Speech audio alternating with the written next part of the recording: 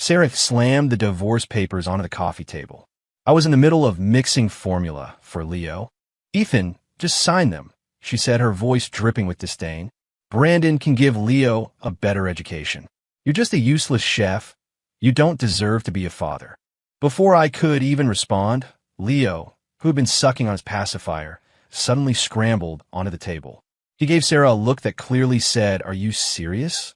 Then swung his full 8-ounce glass bottle, striking Brandon squarely on the forehead. Crack! A sickening thud, and blood spattered. Leo pointed a chubby finger at the bleeding Brandon. "Looks like a giant frog. And you want to be my dad?" He shrieked, his voice babyish but full of fury. "You're not worthy. Can you make barbecue ribs like my dad? You can't make squat." He then turned to Sarah, blowing a raspberry. "And you, meanie, think you can ditch my dad? No way. Unless that pretty assistant lady becomes my stepmom." The living room fell silent. I sighed, quietly pouring the remaining half-scoop of formula into my mouth. Looks like the divorce wasn't happening, but this table definitely just got flipped by my little troublemaker.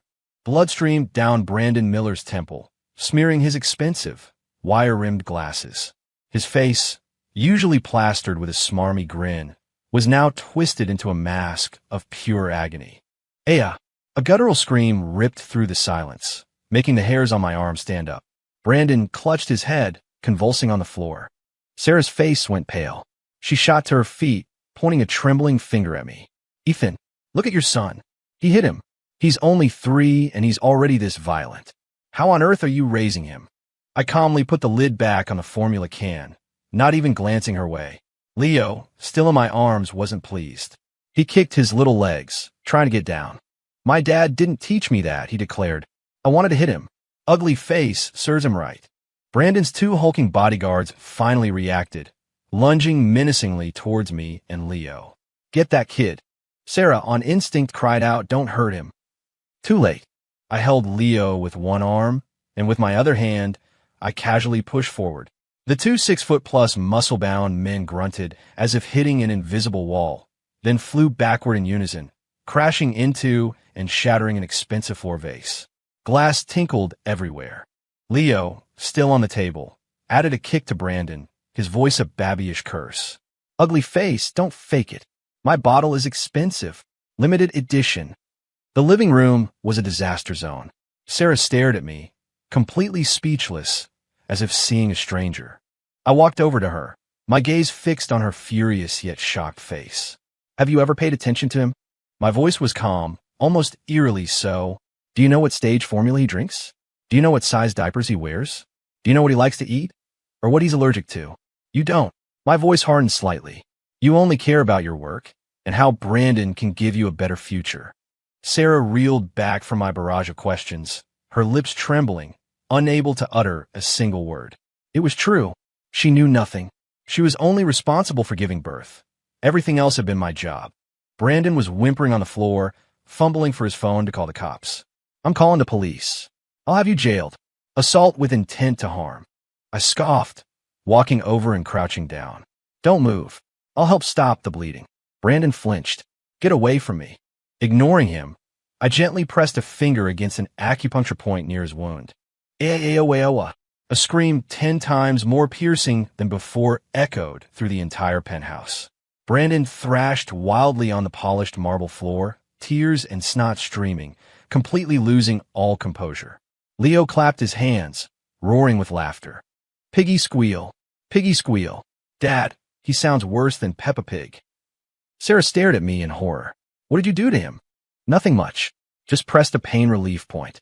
Maybe I'm out of practice. I might have hit the wrong one." I stood up, picked the divorce papers from the coffee table, and in front of Sarah, tore them to shreds.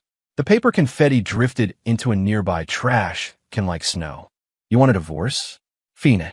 Leo stays with me, and I don't want a dime of your money.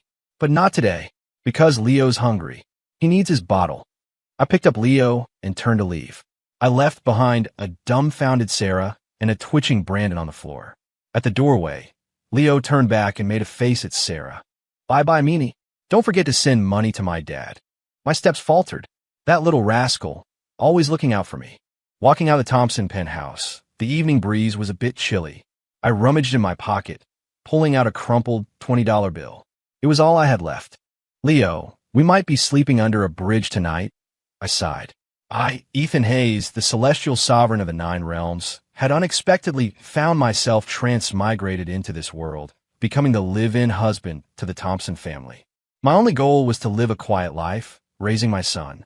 But I never expected, as a former celestial sovereign, to be reduced to this, a dragon in a puddle, scorned by ordinary men.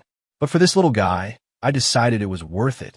Leo snuggled into my arms, whispering, "Dad, you shouldn't hit people for no reason. Teacher said so."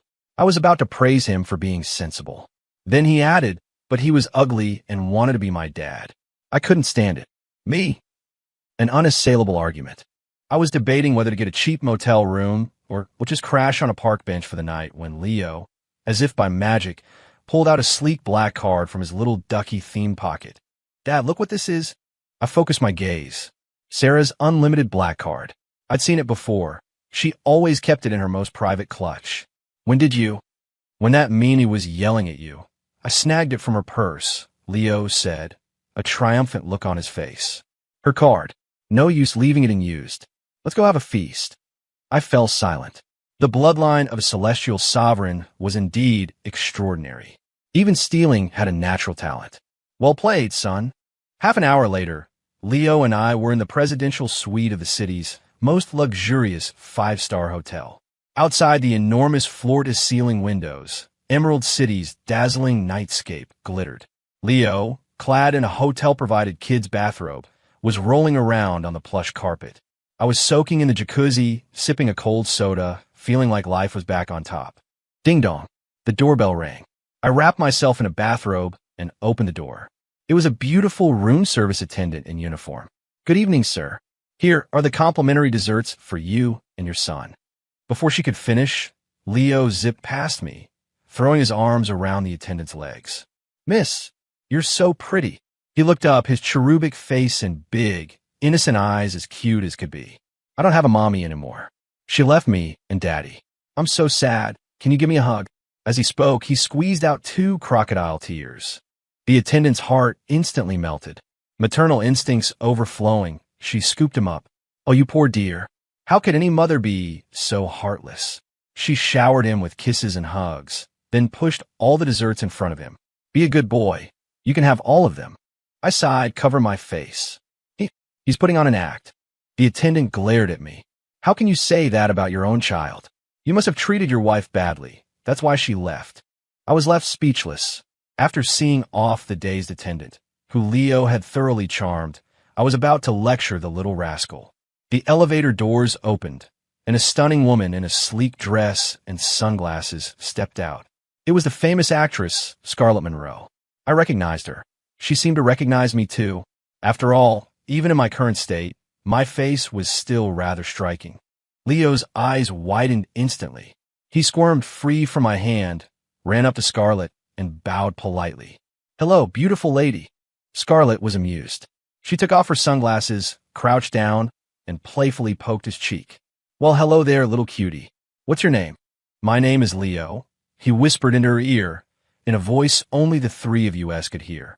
"My dad might look a little broke, but he's really good in bed. You should consider him." I stumbled, mortified, wanted to dig a hole and crawl into it. Scarlett first froze, then burst into a fit of laughter, tears streaming down her face. She stood up, gave me a mischievous look, and pulled out her phone. "You're a funny one, kiddo. Mr. Hayes, mind if I get your number?" Meanwhile, Sarah's phone buzzed with a notification. "Your black card account ending in 8888 has been charged $88,888 at the Grand Crown Hotel." Sarah stared at her phone, trembling with rage. She slammed it to the floor. That useless bum. How dare he steal her card? I was reading Leo a bedtime story when the door to the presidential suite was violently kicked open. Sarah stood there, seething, her mother, Brenda Sterling, a woman draped in expensive jewelry, beside her. "Ethan, you freeloading good-for-nothing." Brenda stormed in, pointing a finger at my nose and unleashing a torrent of abuse. "You stole my daughter's money to stay in a presidential suite. Have you no shame? My Sarah must have been blind to marry a loser like you." Sarah's expression was grim, but she remained silent, clearly tacitly approving her mother's behavior. I closed the storybook, watching them with a stone-cold expression. Leo, wearing his little ducky swim trunks, just ran out of the bathroom, clutching a water gun. Seeing Brenda pointing and yelling at me, he didn't hesitate. He unleashed a full spray at her face. Pew pew. Who's this old witch? You're so ugly. Don't come out and scare people without your makeup. Brenda was drenched. Her expensive makeup instantly streaked and ruined. Her eyeliner and mascara ran, making her look even more monstrous. She trembled with fury, pointing at Leo. You ill-mannered little brat. I'm your grandma. Leo tossed his water gun, put his hands on his hips, and retorted defiantly. You're lying. My real grandma was so mad at you she died. My daddy told me. You're not my grandma. You're the Wicked Witch of the West. You eat people's souls. I remembered saying something like that once in jest. I never thought the kid would remember. Brenda gasped, clutching her chest, nearly fainting on the spot. Sarah, both angry and anxious, stepped forward to pull Leo away. Now, stop that. Apologize to Grandma right now. Leo reacted lightning fast, sinking his teeth in her pale arm. Mean lady, you're helping strangers bully my dad. I don't have a mommy like you. Sarah gasped in pain, a row of clear teeth marks blooming on her forearm. Brenda, heartbroken for her daughter, raised her hand to strike Leo. You insolent little monster. I'll teach you a lesson. Her palm hadn't even descended when my hand, like an iron vice, clamped onto her wrist. My eyes turned cold, and the temperature in the room seemed to plummet. Try to touch him again. My voice was low, but laced with a chilling intent. Brenda met my gaze, her legs gave out, and she collapsed. It was a primal fear, as if she had been stared down by some ancient beast.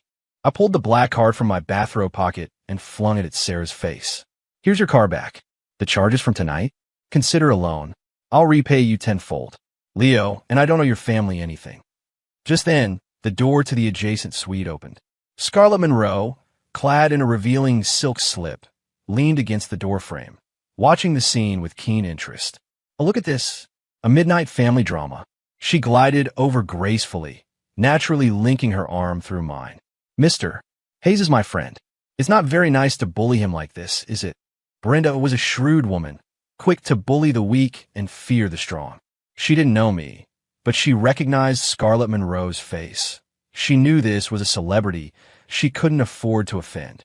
She scrambled up from the floor, pulled Sarah, and scurried away. Before leaving, Sarah glanced back at me, with Scarlett intimately leaning against me. Her eyes were a complex mix of anger, resentment, and a hint of bitterness. The door closed. Scarlett released my arm, smiling mischievously. Thank me. Before I could answer, Leo hugged her leg. Thank you, pretty godmom.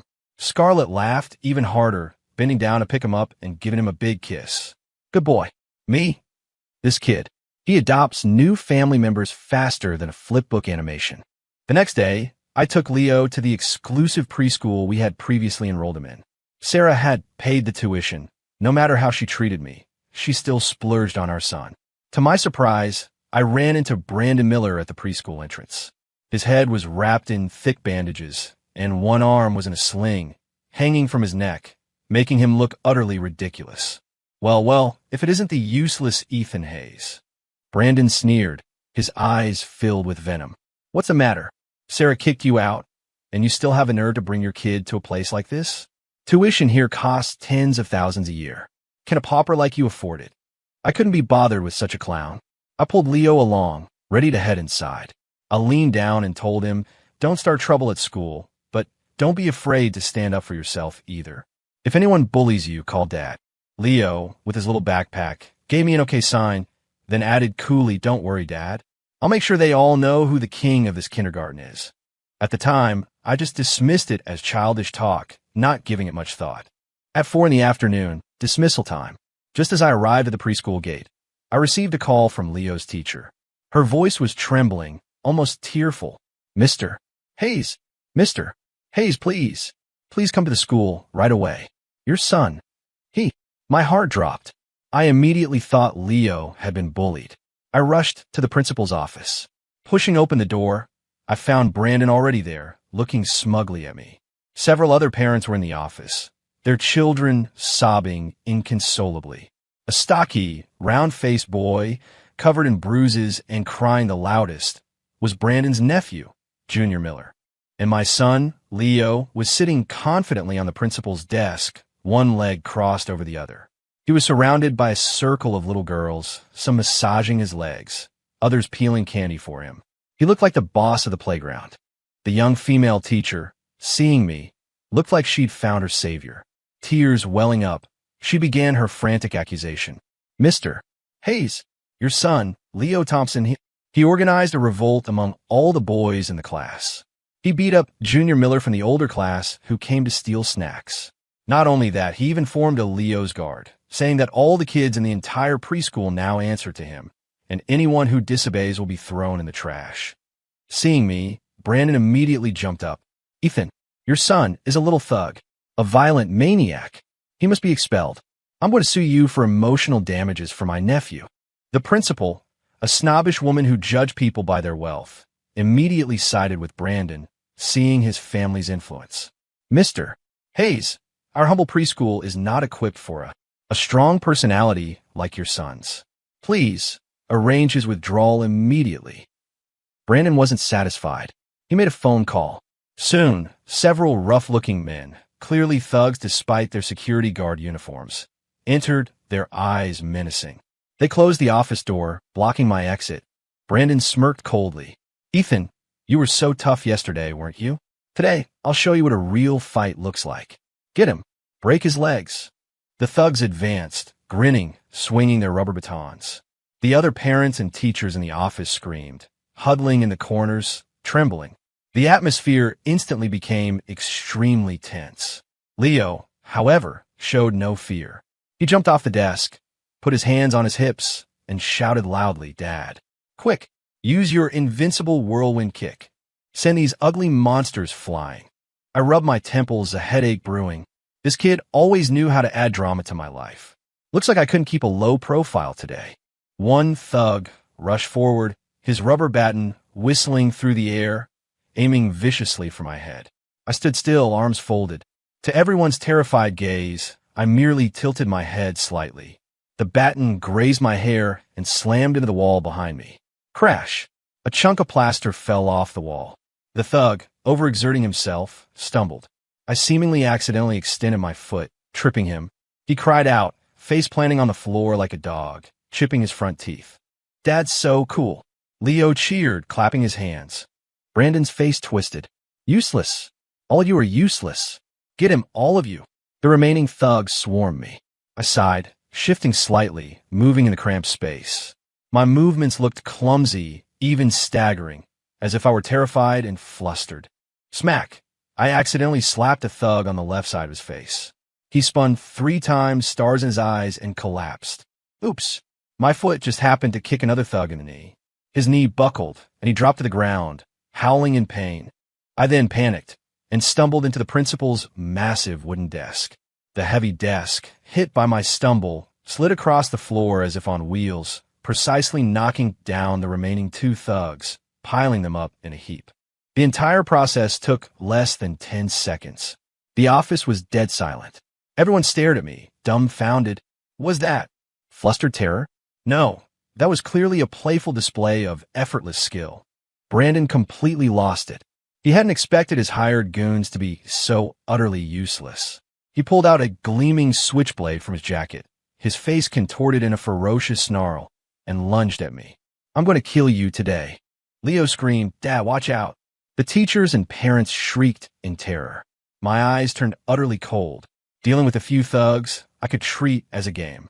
But drawing a knife? That changed everything. I stopped pretending.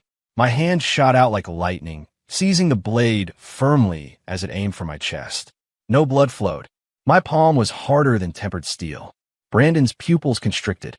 He strained with all his might, but the blade was welded to my grip, unmoving. I twisted my wrist. Crunch! A sharp crack of bone echoed. Brandon's wrist twisted at a grotesque angle, and the switchblade clattered to the floor. F! He let out a shriek even more agonizing than yesterday's, clutching his broken hand and writhing on the ground. Just then, the office door burst open. Sarah rushed in. She had just received a call from the teacher, saying I had assaulted Brandon and was causing a scene at the school. But the moment she stepped inside, she saw a sight she would never forget. The husband she thought of as merely a chef, always timid and deferential, now stood tall and imposing. At his feet lay a wailing Brandon and a scattered mess of writhing thugs. An unsettling aura emanated from him, like a god of death returned from the underworld. I knelt, picked up a handkerchief from the floor, and meticulously wiped my hand, where no blood had ever been. Then I walked over to Leo and picked him up. I adjusted my son in my arms, my voice cold as I swept my gaze across the room. From now on, anyone who dares to lay a hand on my son, it won't be just a broken hand next time. The snobbish principal's face turned white with terror. She was about to say something to salvage the situation when hurried footsteps sounded from outside the door.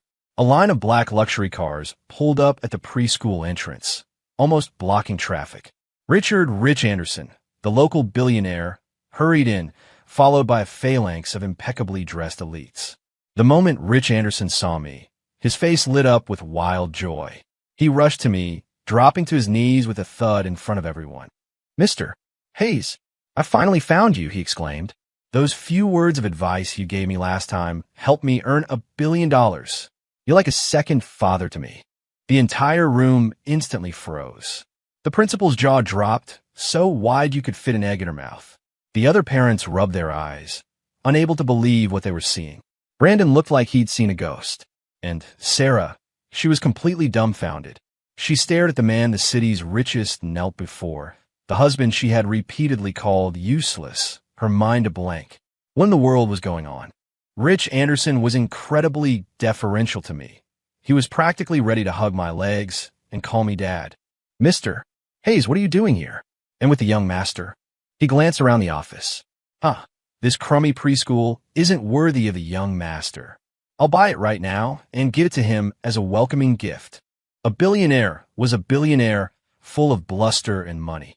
He made a call, and less than 10 minutes later, the preschool's acquisition contract was delivered.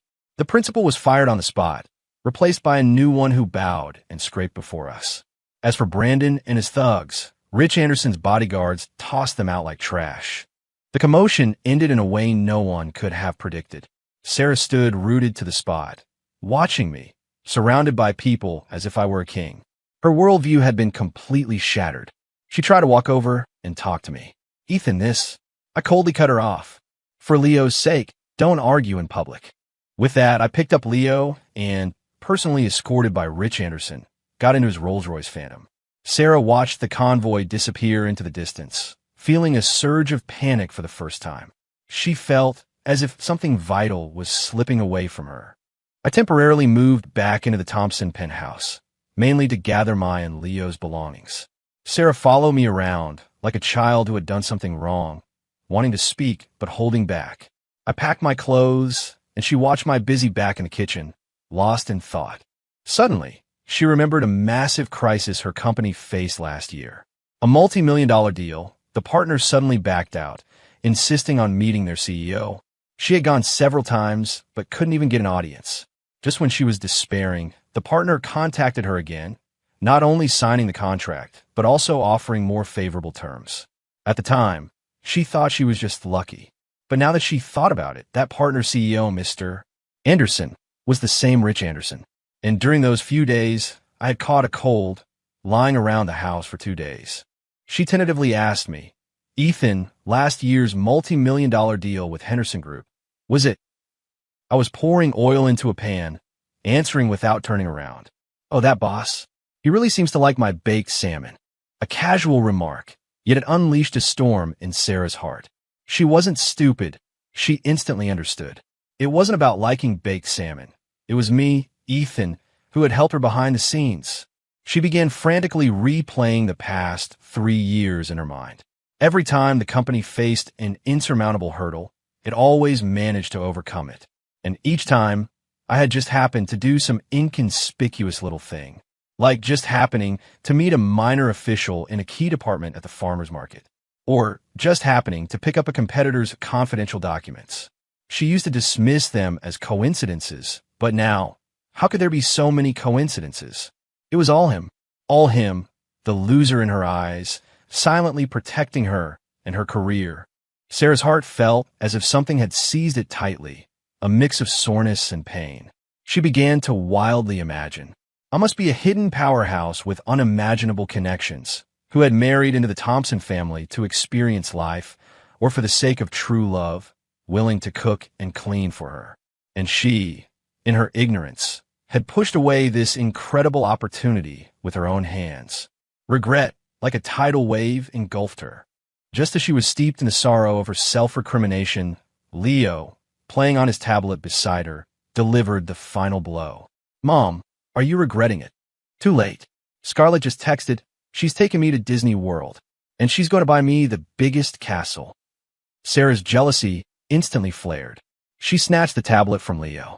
"You are not going," she declared. "I'll take you. I'll buy you 2 castles." Leo rolled his eyes, throwing his hands up in an old man gesture. "No can do. I have to listen to my dad. You go beg Dad. If he agrees, then I'll go with you." Sarah gritted her teeth, looking at my tall back in the kitchen. Once upon a time, this man would obey her every whim. Now, she had to beg him. How the tables had turned. Karma truly was a relentless cycle. Leo and I ultimately didn't move back into the Thompson house. We moved directly into the spacious riverfront villa Rich Anderson had gifted us. It had a pool, a garden, and a dedicated playground for Leo, who was having the time of his life. Sarah couldn't sit still anymore. She felt she had to do something to win me back. So, she made a surprising decision. She would personally cook me a heartfelt dinner. For a CEO who had never lifted a finger in the kitchen and had practically forgotten where it was, this was an enormous challenge. She spent the entire afternoon at her house, clanging around with online recipes. The result was predictable. The kitchen was filled with smoke. The smoke alarm went off multiple times, almost calling the fire department. Finally, she arrived at my new place, carrying a plate of blackened, unrecognizable food and a pot of eerily scented soup. As she rang the doorbell, her heart was filled with anticipation, imagining my tearful gratitude at seeing her efforts. However, it wasn't me who opened the door. It was Scarlett Monroe, wearing a breezy sundress. Scarlett showed no surprise at seeing her. Instead, she greeted Sarah with a radiant smile. "Ms. Thompson, what a pleasant surprise. We weren't expecting you." Sarah's face instantly darkened. She walked into the living room and saw Scarlett, holding a peeled grape, feeding it to me as I lay on the couch watching TV. And I, open-mouthed, ate it. The sight was so jarring it almost brought tears to her eyes. A full-blown drama erupted. "Honey," Sarah squeezed herself between me and Scarlett, holding up the insulated food container to me. I made you dinner." Before I could speak, Leo scampered over. He glanced at the blackened, unidentifiable objects in the container, scrunched up his little face, then raced off. He returned wearing an Iron Man gas mask. "Dad, watch out. It's a biohazard. It could kill us." Scarlett, meanwhile, burst out laughing, completely unreserved. "Ms. Thompson, did you make my Mr. Hayes charcoal briquettes? Or did you dig those up from an archaeological site?" Sarah's face flushed red, then white, mortified to the extreme. She swallowed her immense humiliation, her eyes welling up. "Ethan, it's my first time cooking. I noticed the several scalded blisters on her hand. My heart softened just a tiny bit. I'll try it." I picked up my chopsticks and took a piece. I put it in my mouth. The next second, I couldn't hold it in, spitting it all out. Salty, bitter, acrid with a burnt taste. This flavor was even worse than the lightning I'd eaten after failing a cultivation tribulation. I looked at her, my face expressionless. "Are you trying to poison me to inherit my credit card?" That sentence was the final straw. Sarah's tears, no longer held back, streamed down her face. She slammed the food container to the floor and ran out, sobbing. In the living room, only Scarlett, the gas mask-wearing rascal, and I remained. Leo took off his mask, scratching his head. "Dad, I think you were a little mean." He paused, then added, "Though that stuff did look like my poop." Me? I felt like my wife-chasing journey hadn't even begun, and this kid was already messing it up. Brandon was clearly not willing to accept defeat so easily. His hand was broken, his reputation ruined, all thanks to Leo and me. He dared not attack me directly, so he devised a more insidious plan. He paid a hefty sum to two genuine hitmen from the black market, planning to kidnap Leo to threaten me. That day, Sarah and I were at a coffee shop discussing Leo's custody. Of course, it was just an excuse for her. She simply wanted to see me. Suddenly, I received a call from the preschool teacher saying Leo was missing. Surveillance footage showed him being carried into an unmarked van by two strange men. Boom! Sarah's mind went blank. Kidnapped. Leo's been kidnapped. She trembled all over, unable to hold her phone, almost fainting on the spot. I, however, remained unusually calm. I steadied her, patting her back. Don't panic. I took a sip of my coffee, saying slowly, looks like someone else is about to have a very bad day. Sarah couldn't understand my composure. She cried out, he's my son. He's your son. He's only 3.5. How can you not be worried at all? I didn't explain, because I knew better than anyone that my son was no ordinary 3.5-year-old. Those kidnappers were the ones who truly deserved sympathy. The scene shifts to an abandoned warehouse on the outskirts of Emerald City. Leo was tied to a chair, his mouth gagged with his own pacifier. Two burly kidnappers, faces scarred, were smoking nearby, discussing the ransom amount. Kidnapper exhaled a smoke ring, glancing at the unusually quiet Leo. Boss, something's off with this kid. Why isn't he crying or making a fuss? Kidnapper B also found it strange. Yeah, most kids would be peeing their pants by now. Leo removed his pacifier, blinked his big eyes, and said in a baby voice, Mister, your fly is open. Kidnapper A froze, looked down, and his face instantly turned red. He fumbled to zip it up, then growled, You little brat, what are you looking at? A while later, Leo spoke again. Mister, I need to pee. The kidnapper impatiently said, Hold it. I can't hold it. I'll wet my pants. Wet in my pants causes diaper rash. Diaper rash makes your butt rot. And a rotten, but needs to be cut off. Leo began his endless chatter. The two kidnappers' heads started aching from his nagging. Kidnapper B couldn't take it anymore. All right. Boss, untie him. Let him go take care of it in that corner over there. Kidnapper A hesitated, but eventually untied him. Hurry up. No funny business. Leo, with his short legs, darted into a pile of junk in the warehouse. Then, the kidnapper's nightmare began. First, a bag of flour fell from above, turning them into two white snowmen. Next, the puddle on the floor suddenly became electrified, shocking them, making them convulse and foam at the mouth. They tried to run, but found the floor covered in marbles, making them slip and fall head over heels. The entire warehouse became a real-life Home Alone set. By the time Sarah and I arrived, guided by Rich Anderson's intelligence, we saw this scene. The two menacing kidnappers, one hanging upside down from a rafter, the other kneeling on the ground, bruised and battered. And my son, Leo, was sitting on the head of the kneeling kidnapper, holding a small stick like a conductor's baton, forcing him to sing the theme song to Paw Patrol. No job's too big, no pup's too small. The kidnapper wailed, finishing the last line. He saw me, like seeing a savior, and scrambled over to hug my legs. Boss, please control your son. He's not human. He's a demon. Sarah rushed over, hugging Leo tightly, bursting into tears. Now, my Leo, you scared Mommy half to death. Leo, with a look of disdain, pushed her away. EW, get off me. Your snot got on my limited edition Armani Kids outfit. Sarah's sobbing instantly hitched. I walked to the warehouse entrance, and with a single kick, sent Brandon, who was hiding in the shadows, planning his escape, flying 15 feet.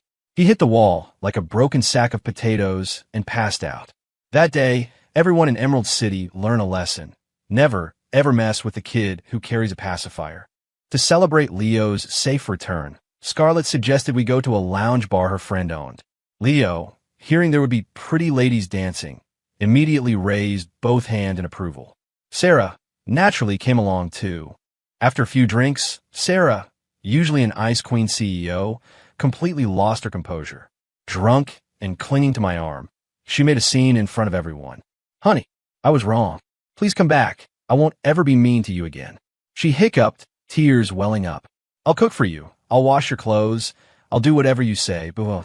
The surrounding patrons cast curious, gossipy glances our way. Scarlett, enjoying the drama. Edgar on, holding her drink. Ms. Thompson, a forced melon isn't sweet. Mr. Hayes said he's not going back. He's coming home with me. Sarah, fueled by alcohol and even stronger jealousy, shot back. You're lying. He's my husband. He smells like me. I had a splitting headache. Just as this farce reached its peak, a young man in a vintage suit, looking quite arrogant, approached. Two formidable bodyguards followed him. Ladies, drinking alone is so boring. Why don't I buy you around? He arrogantly tossed his hair, his eyes openly sizing up Sarah and Scarlett.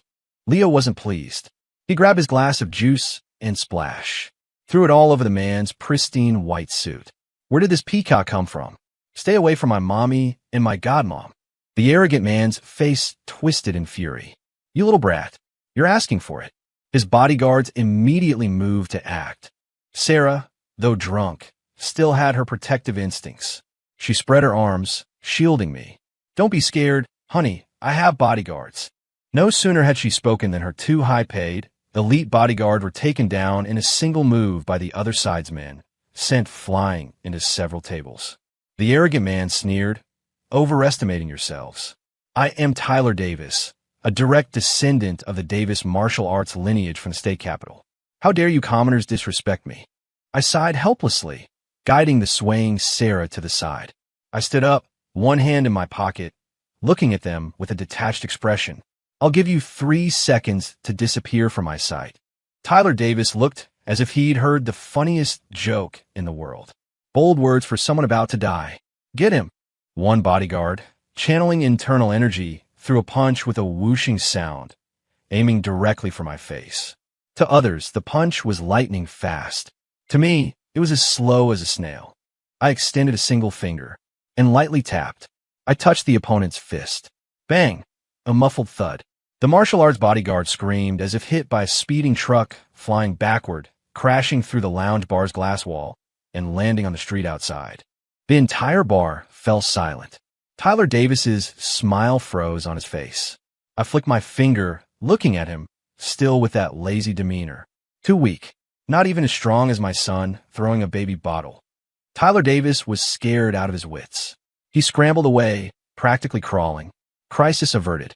Sarah, emboldened by the alcohol, stood on her tiptoes, wrapped her arms around my neck, and in my startled gaze, passionately kissed me. Soft, moist, with a lingering taste of wine. Click! A crisp shutter sound. I turned to see Leo, holding Scarlett's phone, taking pictures of us. He grinned, revealing his tiny white teeth. Yay, got the evidence.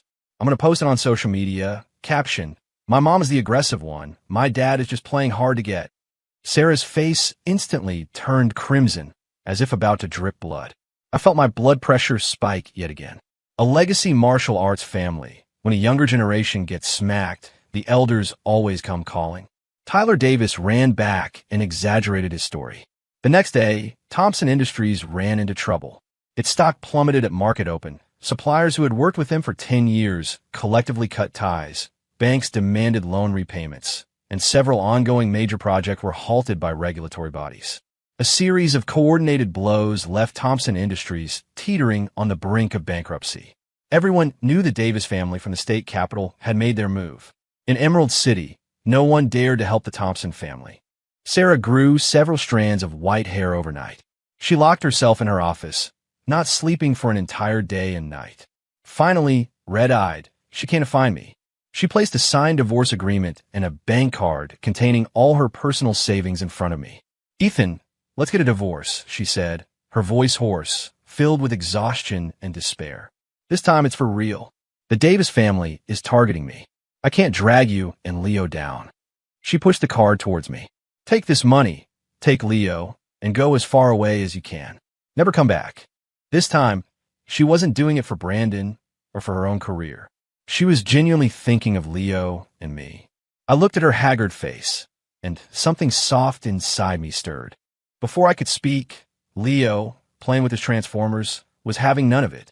He threw his expensive, limited edition Optimus Prime onto the floor. Mom, are you silly? I already told you. My dad is super powerful. He can wipe out that Davis family with a flick of his finger. Why don't you ever believe me?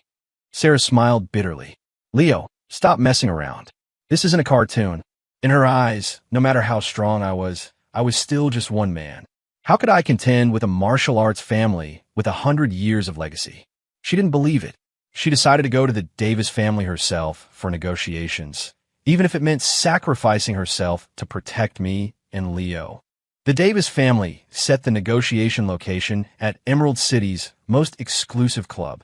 The Davis patriarch, Thomas Davis, a grim-faced old man, sat at the head of the table, with a bruised and battered Tyler Davis beside him. Ms. Thompson, it's not impossible for our Davis family to let you off the hook. Tyler Davis eyed Sarah lecherously. As long as you agree to marry me, become my wife, and transfer half of your company's shares to my name, this matter can be settled. Sarah trembled with rage, her nails digging deep into her palms. Thomas Davis slowly sipped his tea. Tyler speaks well. Or you can have your man sever both his arms and kneel before our Davis family's gates for 3 days and 3 nights. We might then consider sparing the Thompson family. You're going too far. Just as Sarah was despairing, the club doors burst open with a thud, kicked in from the outside. I walked in, carrying Leo, as if taking a stroll in my own garden. My wife, my son, are they yours to bully? Tyler Davis saw me, both shocked and furious. Ethan, you dare come here die? Thomas Davis's eyes narrowed, a murderous glint appearing. Perfect timing. Saves me the trouble of finding you. Seize him. Before he finished speaking, a series of uniformed footsteps sounded from outside the door. A group of impeccably dressed, imposing individuals filed in. Leading them was the current head of the Rothschild family, a name that had topped the Forbes richest list for years. Behind him were oil princes from the Middle East, European royalty, Wall Street financial titans. Each one was a top-tier figure whose every move could shake the global economy. They ignored the dumbfounded Davis father and son, walking directly up to me. Then, in the silence of the entire room, they all knelt on one knee in unison, their expressions fervent and respectful. Greetings, Master. Your disciples welcome your return, Master. Thomas Davis's teacup crashed to the floor, shattering into pieces. He stared at these legendary figures, then at me, whom they called Master, utterly terrified. You are the legendary Celestial Sovereign Emperor Ethan Hayes.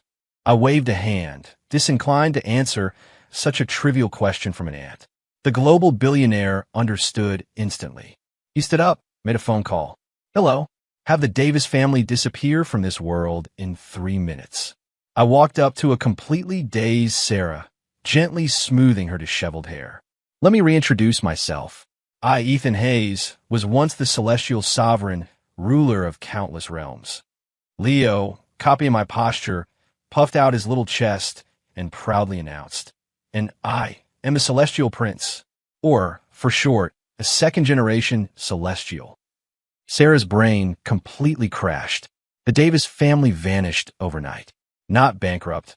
They truly ceased to exist in this world. The Thompson family's crisis was, naturally, resolved. Everyone learned that Sarah's useless husband was actually a god among men.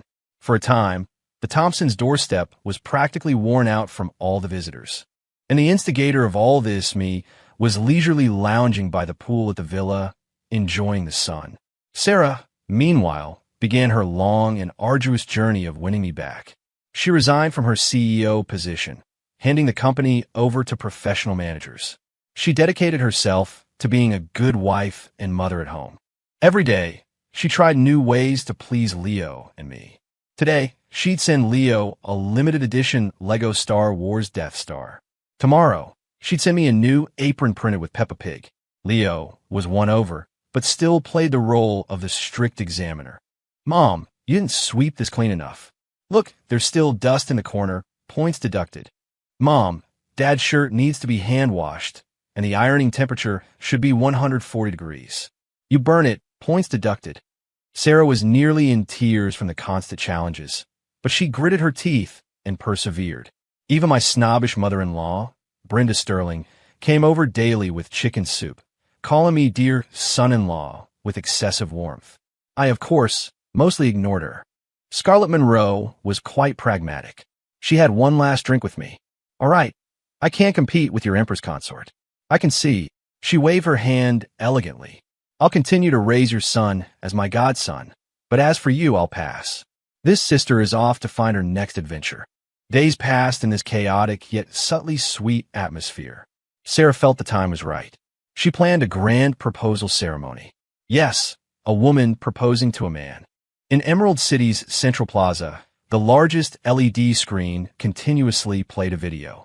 In the video, Sarah tearfully apologized, interspersed with scenes of her clumsily learning household chores. The background music was her singing The Power of Love. Finally, the screen froze on a huge photo. It was that Black History photo Leo had taken of me being forcefully kissed by her at the bar. Below the photo, large letters read, "Ethan, will you marry me again?" The plaza was packed with onlookers. Sarah, in a pristine white wedding dress, holding a bouquet of flowers, stood in the center of the plaza, looking at me with nervous anticipation. Tears still glistened in the corners of her eyes. The once high and mighty Ice Queen now seemed as humble as a devotee awaiting judgment. Leo, behind me, gave me a strong shove. "Dad, that's enough. Keep this up, and Mom might actually get snatched by someone else. Look at that handsome guy in the Ferrari over there, staring at Mom like she's a steak." I followed his gaze and indeed saw a slick-haired rich kid looking eager. I sighed. "Fina." I walked up to her and, under the gaze of thousands, took the bouquet from her hands. I didn't say "I do." I simply reached out and gently wiped away the tears from her eyes. Then, to her surprised gaze, I said softly, "Next time you cook, remember to use less salt." She paused, then burst into joyful tears, throwing herself into my arms. The plaza erupted in thunderous applause and cheers. Sarah and I remarried. The wedding was low-key, with only close friends invited. Leo, in a dashing little suit, proudly served as the ring bearer. The little scamp raked in so many gift envelopes he could barely hold them, sleeping surrounded by a pile of them that night. After the wedding, my status in the family seemingly remained the lowest. Sarah became a genuine husband worshiper. I was responsible for looking good and taking care of Leo, while she was responsible for earning money and catering to us both. Of course, her cooking was still so bad it made you question the meaning of life. But seeing the hopeful look in her eyes, I would still eat it without changing my expression. Life passed by, peaceful and warm. One day, the three of us were watching TV. Leo suddenly jumped off the sofa, ran to Sarah, and stared at her belly, looking left and right. "Mom, have you been eating too much lately? Your tummy got big." Sarah's face flushed. I put down the remote, walked over, took her wrist, and sent a surge of spiritual energy to investigate. A moment latte, ismilad nuingli. It was true. I beckoned to Leo. "Come here. From today on, you're going to be a big brother." Leo's smile instantly froze. 3 seconds later, he burst into heartbroken sobs. "No, I don't want to be a big brother. If I'm a big brother, I'll lose my favoritism. I'm running away from home. I'm going to find my Aunt Scarlett. She's the one who loves me most." He cried, dragging his tiny suitcase towards the door. I grabbed him by the scruff of his neck, pulling him back. "Where do you think you're going?" I sat him down on the couch, rubbing his little head. "That's not your little brother or sister." I winked at him. "That's your new potion-making assistant, for when you get into trouble. He can take the blame for you." Leo's tears instantly dried up, his eyes sparkling. "Really? Really? Then I want a sister. Sisters are cute, and they can wear dresses." Sarah, both angry and amused, playfully pinched my waist. "You're the worst, Dad." I caught her hand, pulling her into an embrace. The setting sun streamed through the floor-to-ceiling windows, casting our family's shadows long and intertwined. Life was good, occasionally chaotic. Perhaps this was the mortal warmth, the human experience, that even as a celestial sovereign, I was willing to embrace. End.